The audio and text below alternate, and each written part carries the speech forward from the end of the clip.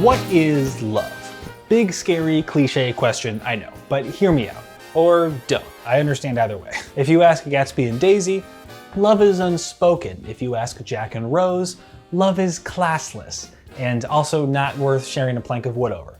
If you ask our two favorite Brokeback boys, love is forbidden. If you ask Miles and Gwen, love is sticky. If you ask Dev and Francesca, love is painful. If you ask Logan Roy, love is a means to an end. If you ask Lightning McQueen and Sally, love is when they rub their mufflers together. I don't know, the physiological implications of the Cars universe are an absolute nightmare to think about, so let's not. All that to say, like most facets of humanity, love is many things, and what it means to you, or to me, or to anyone, is constantly changing. So to try and answer the question, what is love, baby don't hurt me, is a waste of time and impossible. But that hasn't stopped me from spending almost all of my life up until this point trying to figure it out. The idea of love has always captivated me, and that's probably true for everyone to one degree or another. Arguably, love is one of the only things that makes life worth living, so it's not unlikely that you've maybe thought once or twice about it. There's also a good chance that you've experienced at least one of the many kinds of love, right? You have platonic love between you and your close friends. I believe the academics call that one philia. You have familiar love between you and your family members, at least some of them probably. That one goes by storge.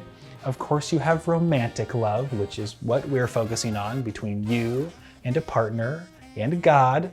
Always gotta leave room for the vaguely defined omnipotent celestial being. That one's called eros, and actually if you live in a place where said celestial being reigns far and wide, then it's possible that you get access to a bonus kind of love, which exists in the blur between the lines of storge and eros, if you know what I mean, brother. If we ain't sharing DNA, I ain't going anywhere near that pussy. Yeehaw, partner. To be fair to the southern United States, I could have just as easily executed that joke in a British accent, because they're also known for having their cake and fucking it too. Where do you think we get it from? The English muffin does not fall far from the crumpet, bruv. Incest jokes aside, if I'm not trying to answer the question, what is love? Baby don't hurt me, last time I do that I swear, then what question am I trying to answer? Well, I don't think I'm really trying to answer a question at all. This video might not even have much of a point to it. I think at the end of the day, this is more of a journal entry that for whatever reason, I feel the need to share. Again, I have a sneaking suspicion that I'm not the only one who thinks about love every once in a while. So get comfy, maybe turn down the lights, and join me on an evening of thought, reflection, and me probably embarrassing myself and then intentionally publishing it to a public website. Way to go, dumbass.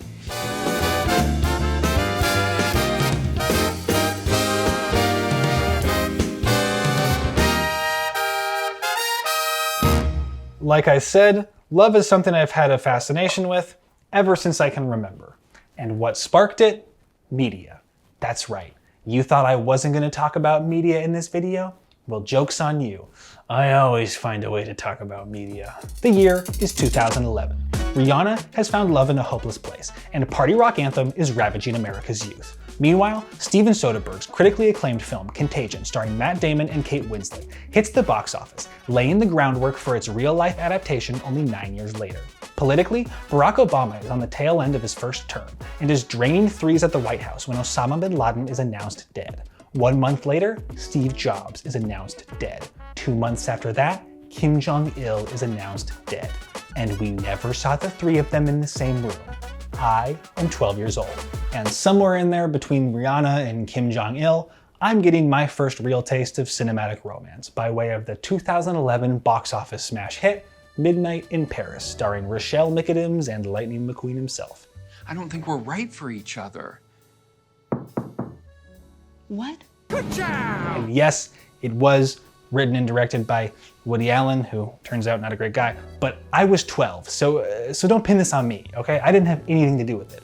I plead the fifth. I will not go down for this. Despite its problematic creator, I do remember watching that movie really well, and not on my own accord, obviously. I'm sure that my parents must have wanted to see it, and I was just there because at that time a romantic drama wasn't exactly my first choice on movie night. But to my surprise, I really enjoyed it. Even if I didn't fully understand what was going on, I really loved the atmosphere and I liked how I could feel the emotions through the screen and imagine an older version of myself in the character's shoes. I was entranced by the whole thing. I thought to myself, I want that when I'm older. And then I kind of ran with it from there. From ages 12 to 17, I would go on to consume every piece of overly romanticized garbage that I could get my hands on. Bad rom-coms, good rom-coms, Wong Fu Productions short films on YouTube, Justin Bieber's My World 2.0. I mean, not Justin Bieber. I didn't like him at all. I was cool and tough and listened to raps and definitely didn't copy his hairstyle and have the eeny meeny music video downloaded on my iPod.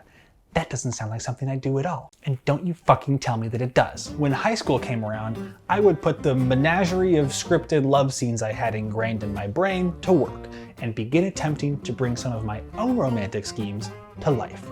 To very little avail. Romantically, high school was a weird time for me. All I wanted was what I was seeing on screen. However, not only was that unrealistic, but also the people on the screen were fully grown adults, and I was a 15-year-old. Freshman year of high school, I had my first thing with a girl, which for my generation really just meant that we texted each other all day and spoke in person like twice. We were short-range pen pals more than anything else. But me and this girl had this fake relationship leading up to the holiday season of that year. And if you've never seen a rom-com, like 95% of them take place during the holidays. So naturally, I was really excited to finally be in a text-based pseudo-romantic relationship and have someone to buy a gift for. I don't remember exactly what I got her. I know that my mom helped me pick out a couple things. Thanks, Mom, love you. But I got her a scarf and a cheap pair of earrings or something. I don't know, it's not important. But along with the gift itself, I wrote her a poem, which I was really excited about because that's something they do in movies. And now I was doing it in real life. So I wrapped my gift, enveloped my poem, and delivered it. Now the easy and probably better move would have been to give it to her at school, the public facility that we were mutually forced to go to every single day. But I had a different plan. I wanted to add a little bit more mystique to the whole experience. Giving it to her during school would be way too obvious. Nicholas Sparks would never have written it that way. I decided to wait until the first weekend of winter break to give it to her. That way, I thought, she probably would have been thinking, oh my God, we're on winter break and he never gave me a gift. What an asshole. Only for her to find a tastefully wrapped present perched upon her porch the very next day. How did it get there? How did he do it? I'll tell you how. I walked it there. And she didn't just live down the street. She lived like 4 miles away. I walked almost 8 miles to pull off this romantic anti-heist. It sounds like I'm getting mad at her, but I'm not. I'm mad at myself. Why did I do that? Regardless, the package had been delivered. My legs were tired, but I had run my first successful covert well-intentioned romantic gesture. Now, all I had to do was wait.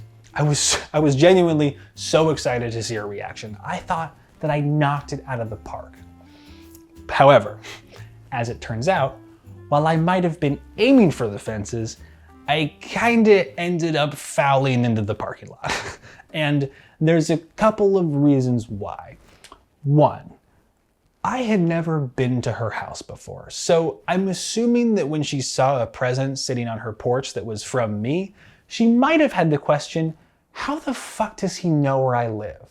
And now you might have the same question, and the obvious answer is, oh, he must have gotten it from one of her friends, but no, it's creepier than that. Again, this happened my freshman year of high school, but me and this girl and I actually went to elementary and middle school together as well. And in elementary school, for whatever reason, the school would give out a yearly phone book that had every student's parents' phone number and address. Why would they do that? I don't know. There's no way that they do that anymore. That's so weird. Fast forward back to high school, and my family still had this phone book from 5 years earlier. And I had no idea whether or not she had moved since then, but I decided just to put it all on red and deliver my gift to the address in this ancient book because I wanted to maintain that level of mystery. I thought it was suave and romantic, when in reality, it was just creepy. But nevertheless, I did end up winning phone book roulette. It was her house, and she did find the gift. And I don't know if she found that weird or even thought twice about it, but Looking back on it, not super proud of that move. And that brings me to the second and main reason why my plan didn't pan out. The poem. Remember, I gave her a gift and I wrote her a poem. Now, in my head, at the time, I thought it would be cute to write a poem that strung together all of our inside jokes and things that we'd say to each other, or text to each other. On paper, it sounds pretty harmless, but I've always had an affinity for dramatics, especially when it comes to ending anything. So while the beginning of the poem was fun and light and appropriate, at the end of the poem, I kinda sorta maybe unintentionally pivoted and professed my love to her in a very over-the-top Shakespearean way, allegedly. And then she broke up with me. It's so funny, but it's so sad. At the time, I really didn't understand what happened, but looking back, I clearly just overwhelmed her and scared her off because we were 15. Who professes their love for someone via poem at 15? We hadn't even made it explicit that we were dating. I don't think we ever even held hands. And on top of that, most importantly, I didn't love her. She was a nice person, but I honestly barely even knew her. I just wanted to do what they do in movies and in books and what they sing songs about. So I put my desire to Frankenstein this romantic scenario over whatever my actual feelings were. And it's not the last time I would fall victim to my own delusions. Foreshadowing. I know that was a long story, but it truly was the first time that the facade came crashing down and I realized that maybe this romance thing doesn't work exactly how I thought it did. But here's the thing about facades. All it takes is a little brick and mortar to build them right back up.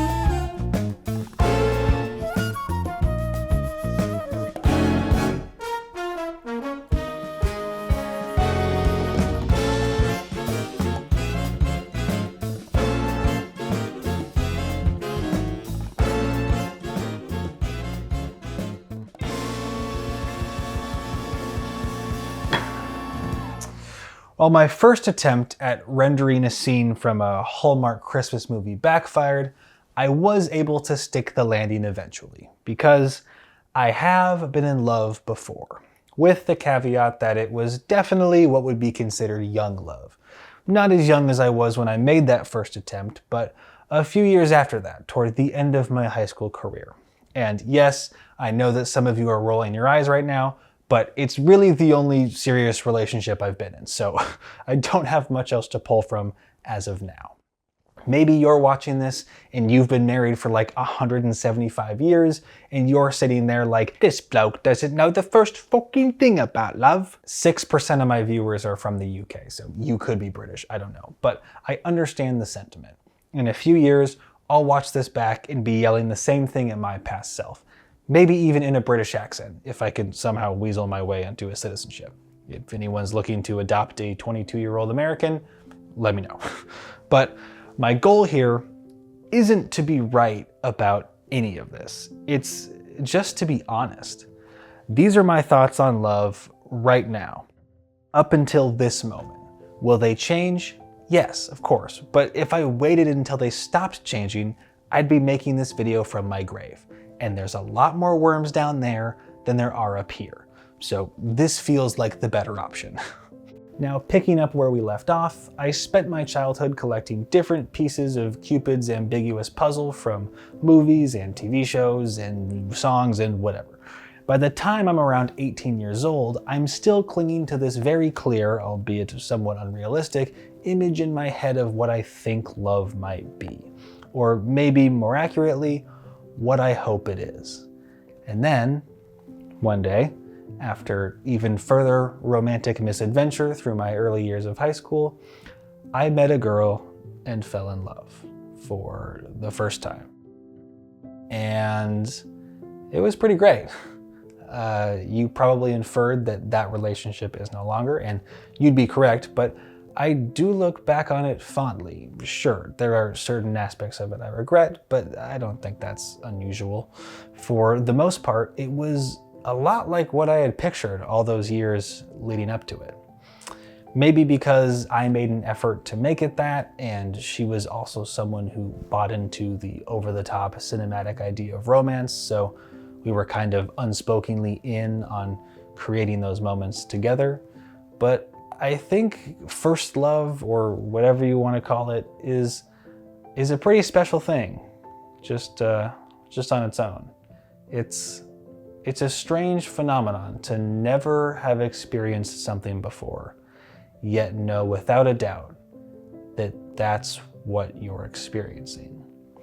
Maybe recognizing the feeling of love is something that we're just programmed to do, and you have to find a person whose program integrates with yours in order to fall in love. Or maybe it's just our brain doing a chemistry experiment on a whim, its result determining whether we feel in love or not, regardless of the person.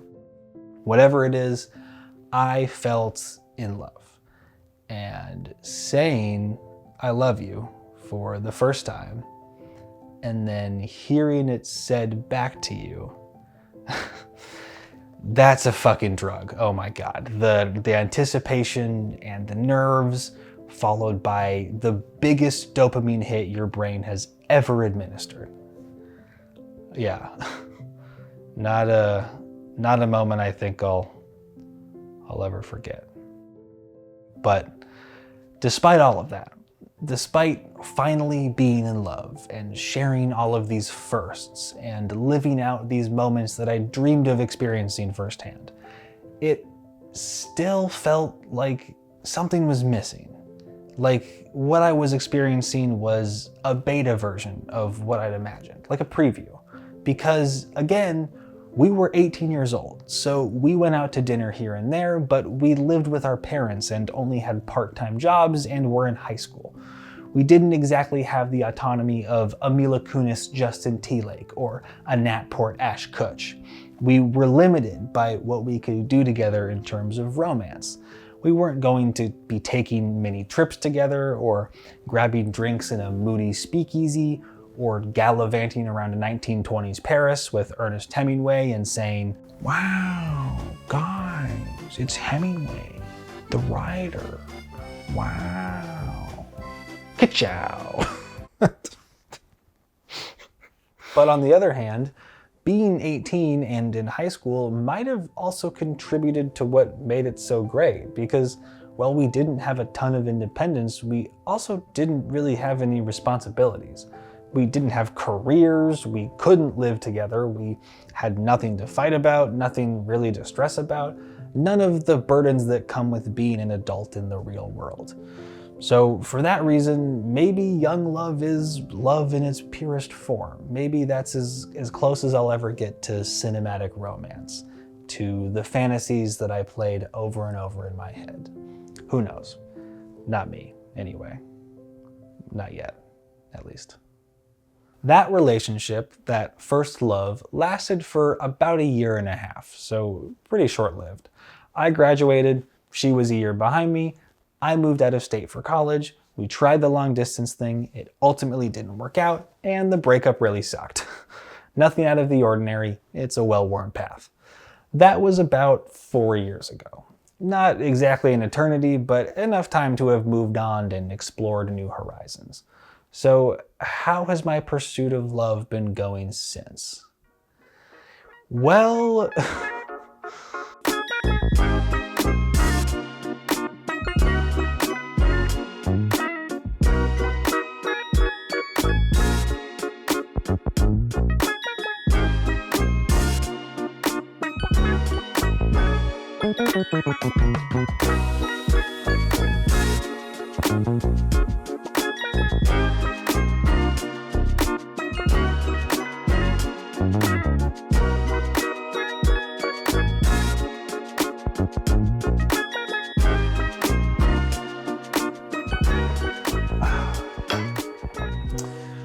that first love, the girl I dated at the end of high school, was the first and, as of now, the only relationship I've been in. And it's not because I'm still hung up on this person or anything like that. It definitely took me a while to get over it, and I wish her the best, but I truly have no interest in reconnecting. It's a good memory, but it's a memory, and I don't intend on it being anything else. Since then, meeting new people and dating and trying to spark new love hasn't gone as well as I might have hoped it would. And I talked about that a little bit at the end of my dating app video, but didn't really go into much detail. Since that first breakup, I've been on a couple dates here and there, but honestly have mostly kept to myself, which I know sounds a little off-brand because the entire video up until this point has been all about my obsession with the idea of love and all of the romantics that go along with it. But yeah, I really haven't made much of an effort in the past little while. Maybe I can attribute that to my impressive yet often counterproductive ability to be alone. Maybe the state of the world is partially to blame. I think spending the past couple of years in a pandemic has been tough for everyone trying to find new relationships. But honestly, my simultaneously counterintuitive desire and aversion to love date back farther than COVID. Ultimately, I think the reason is that I'm scared.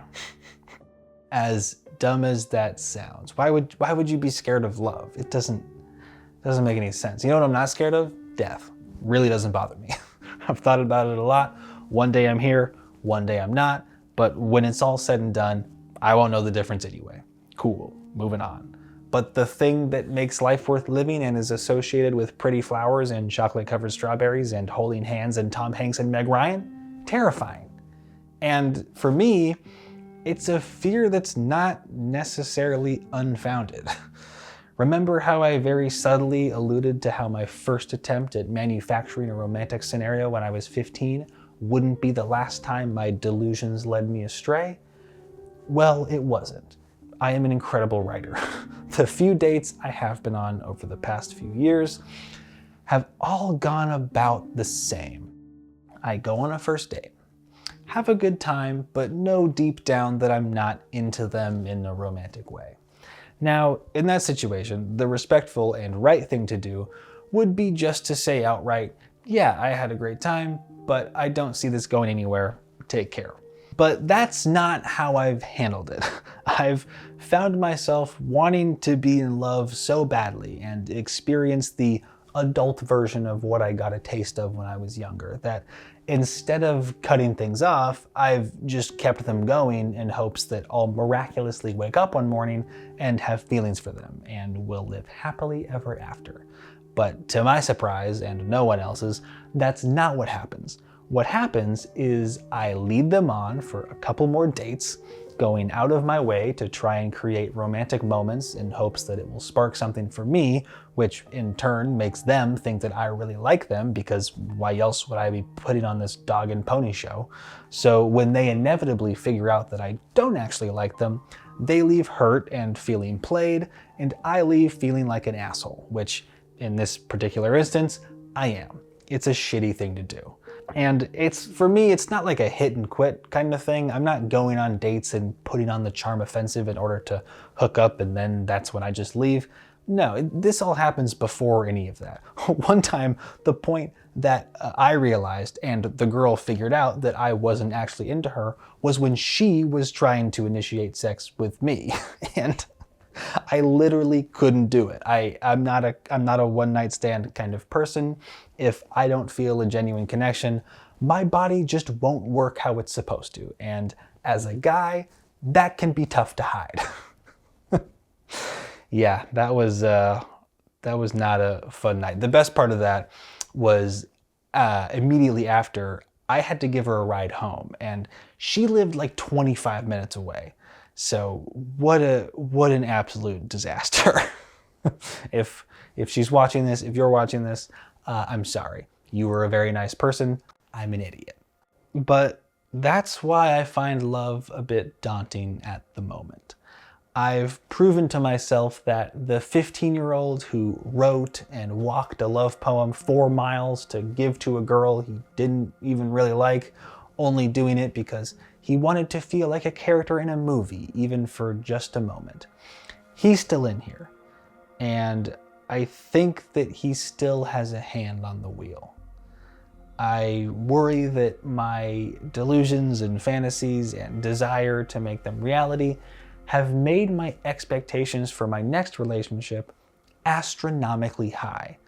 And when that relationship inevitably doesn't meet those expectations, because how could it, I'll lose interest and end up hurting them and myself in the process. Or maybe even worse, get a taste of my own medicine and be the pawn who gets axed in someone else's game.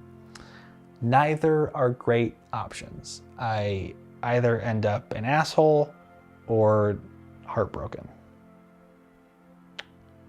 This is a fun video, isn't it?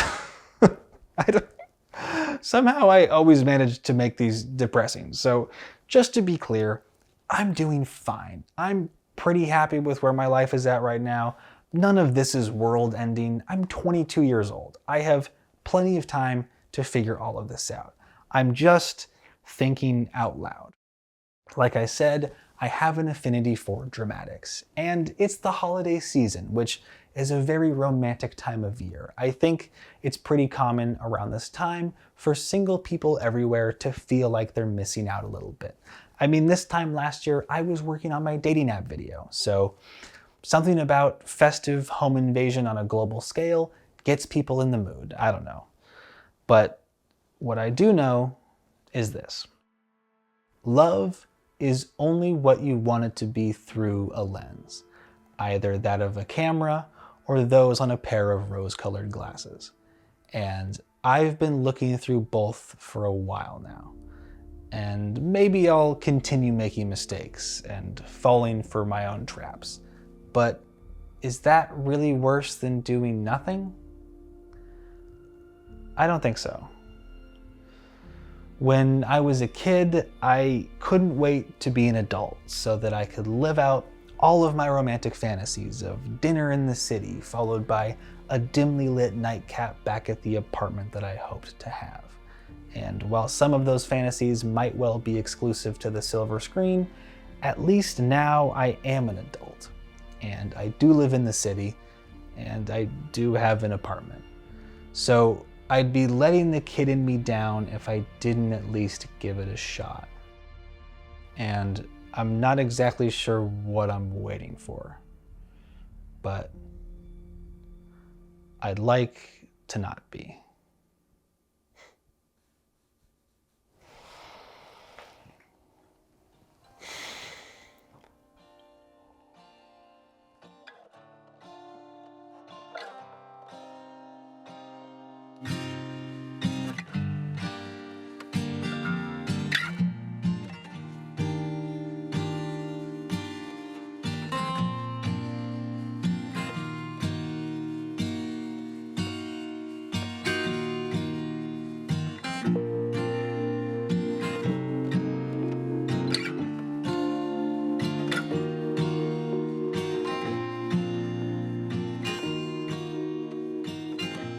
Waiting for love, waiting for rain.